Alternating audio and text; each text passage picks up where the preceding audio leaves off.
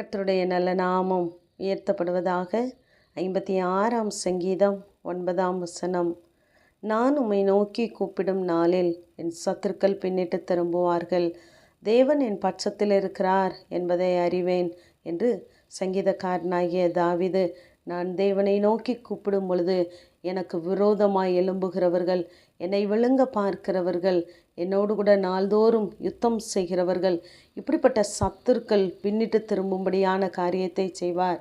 ஏனென்றால் தேவன் என் பட்சத்தில் இருக்கிறார் என்று பெலிஸ்தியர் தன்னை காத்தூரிலே பிடித்து வைத்திருக்கும் பொழுது, அப்படிப்பட்ட இக்கட்டான சூழ்நிலையிலே தன்னை தேவன் விடுவிக்க வேண்டும் என்பதற்காக இந்த வார்த்தைகளை சொல்லி தேவனை நோக்கி கூப்பிடுகிறார். தேவன் என் பட்சத்தில் இருக்கிறார் என்பதை அறிவேன், ஆகவே நான் தேவனையே நம்பி இருக்கிறேன், நான் மனுஷனுக்கு பயப்படவில்லை என்று சொல்லுகிறார். நம்முடைய வாழ்க்கையிலும் நம்முடைய சூழ்நிலை நிமித்தமாய், நம்முடைய வார்த்தை நிமித்தமாய் அநேகரிடத்திலே நாம் சிறைப்பட்டு இருக்கிறோம். ஆனால் அவைகளிலிருந்து நாம் விடுதலை பெற வேண்டுமென்றால், அப்படிப்பட்ட சத்துருக்கள் பின்னிட்டு திரும்ப வேண்டுமென்றால் தேவன் நம் பட்சத்தில் இருக்கிறவராய் இருக்க வேண்டும். ஆகவே நாம் தேவனை நோக்கி கூப்பிடும் பொழுது அவர் நமக்கு சமீபமாகவே இருக்கிறார். எல்லா சூழ்நிலைகளிலும் தேவனை நோக்கி நாம் பார்ப்போமானால் நமக்கு விரோதமாய் எழும்புகிற எல்லா காரியங்களும் இடருண்டு போகும்.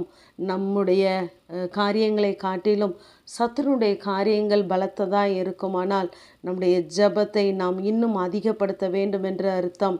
ஆகவே நம்முடைய ஜெபங்கள், நம்முடைய விண்ணப்பங்கள் தேவனை நோக்கி பார்த்ததாக இருக்குமானால் நமக்கு விரோதமாக இருக்கிற நிந்தைகள், அவமானங்கள், பலவீனங்கள் எல்லாம் மாறி போகும்.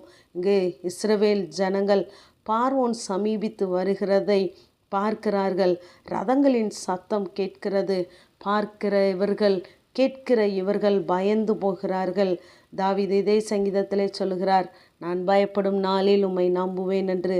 இப்பொழுது இந்த இஸ்ரவேல் ஜனங்கள் 10ஆம் வசனத்திலே கர்த்தரை நோக்கி பார்க்கிறார்கள்.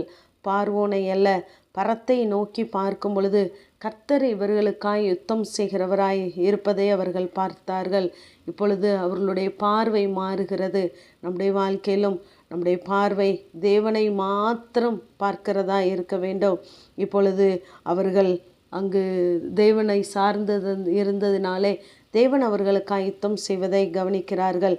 மறுபடியுமாக 15ஆம் வசனத்திலே மோசே தேவனிடத்திலே போய் முறையிடுகிறார்.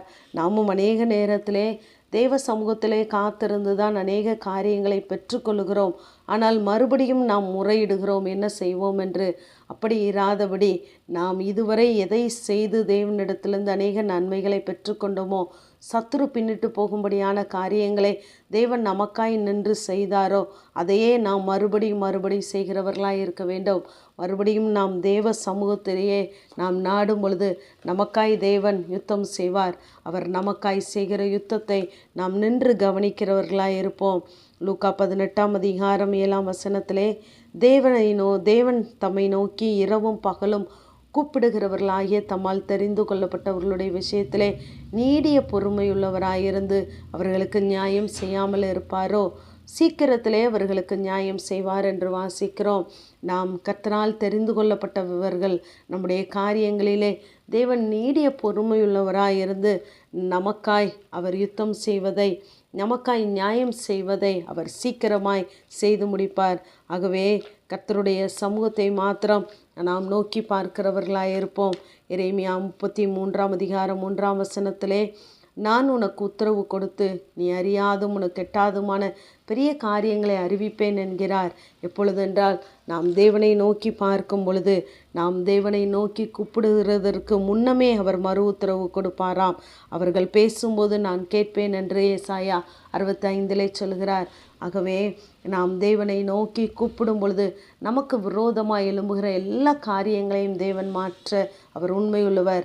ஏனென்றால் அவர் நம் பட்சத்தில் இருக்கிறார். நம் பட்சத்தில் இருக்கிற தேவன் நமக்கு சமீபமாக இருக்கிறார். நாம் கூப்பிடும் பொழுது அவர் நிச்சயமாகவே கேட்டு நமக்கு பதில் தருவார். ஆமேன். ஜெபம். பிதாவாகிய தேவனே, குமாரனாகிய இயேசு கிறிஸ்துவின் நாமத்தின் மூலமாய் உம்முடைய சன்னிதானத்திலே வருகிறோம். நான் கூப்பிடுகிற நாளிலே தீவிரமாய் எனக்கு உத்தரவு அருளி செய்யும் என்ற வேத வார்த்தையின்படி ஆண்டவரே, நாங்கள் கூப்பிடும் பொழுது எங்களுக்காய் மறு உத்தரவு தருகிற தேவன், தீவிரமாய் நியாயம் செய்கிற தேவன் எழுந்தருளுவீராக. இயேசுவின் மூலம் ஜெபங்கேளும் எங்கள் நல்ல பிதாவே. ஆமேன்.